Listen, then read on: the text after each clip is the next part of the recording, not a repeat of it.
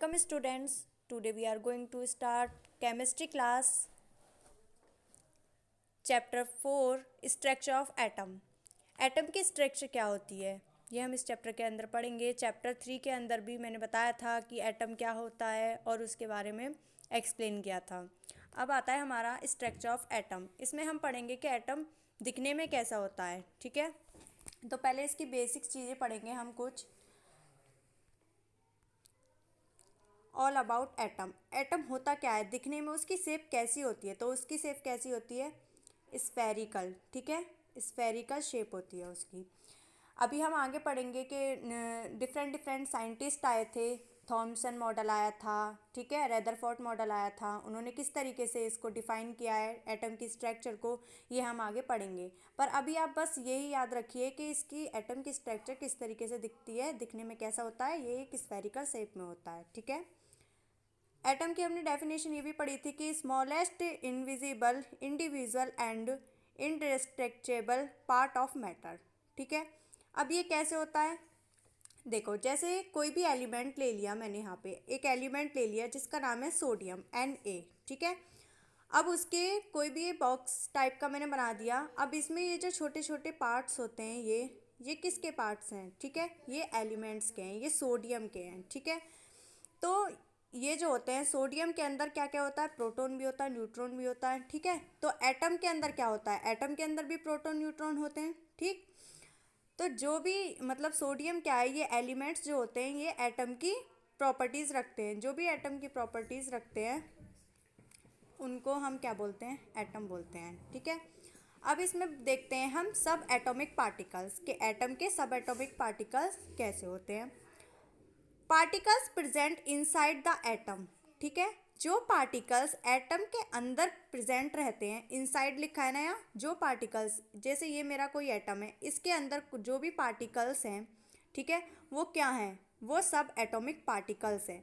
कौन कौन से पार्टिकल्स होते हैं हमारे एटम के अंदर, न्यूट्रॉन होता है, प्रोटॉन होता है एंड इलेक्ट्रॉन होता है। ठीक है, अब हम इसके चार्ज के बारे में बात करेंगे। ठीक है, कि न्यूट्रॉन पर क्या चार्ज होता है, प्रोटॉन पर एंड इलेक्ट्रॉन पर क्या चार्ज होता है। सबसे पहले हम पढ़ेंगे न्यूट्रॉन पर। न्यूट्रॉन जो होता है वो न्यूट्रल होता है, इसके ऊपर कोई चार्ज नहीं होता। ठीक है, सेकंड आता है प्रोटॉन। प्रोटॉन के ऊपर क्या चार्ज होता है, पॉजिटिव चार्ज होता है। ठीक है, और इलेक्ट्रॉन के ऊपर क्या चार्ज होता है, नेगेटिव चार्ज होता है इलेक्ट्रॉन के ऊपर। अब प्रोटॉन की जो चार्ज है उसकी वैल्यू क्या होती है, उसकी वैल्यू होती है 1.6 इंटू 10⁻⁻⁹ कूलाम।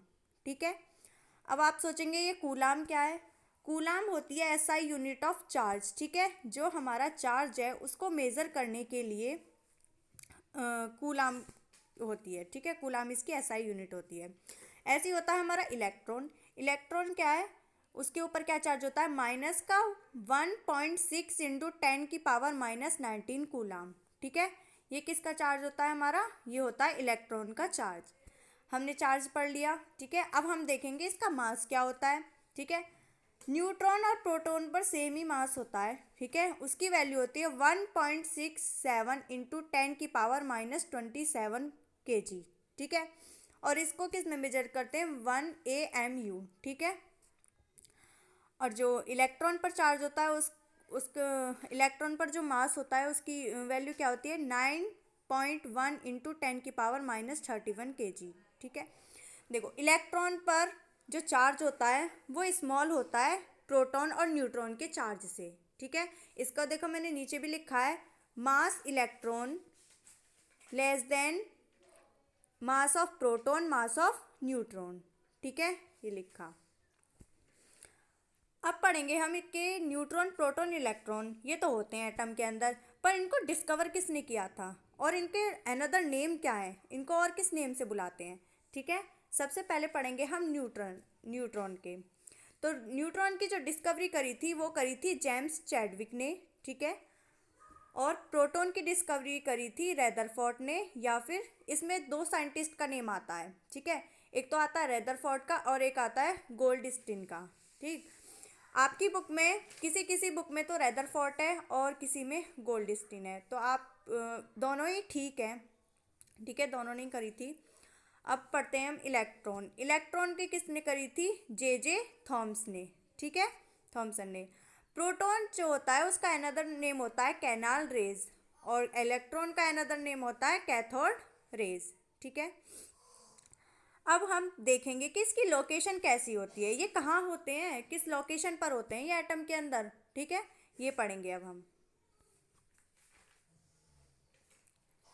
एटम के अंदर जो न्यूट्रॉन होता है वो किस लोकेशन पर है, ठीक है, प्रोटॉन किस लोकेशन पर है, तो ये देखेंगे।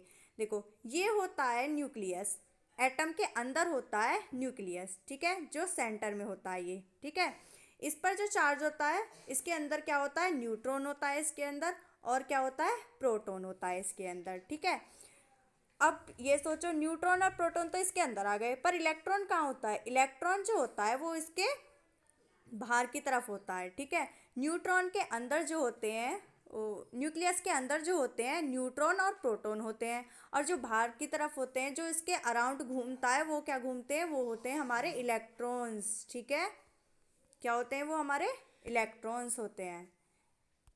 ठीक है, ओके क्लास, बाकी का हम कल पढ़ेंगे। कोई भी अगर आपका डाउट हो तो आप नीचे कमेंट करके मुझे बता सकते हैं।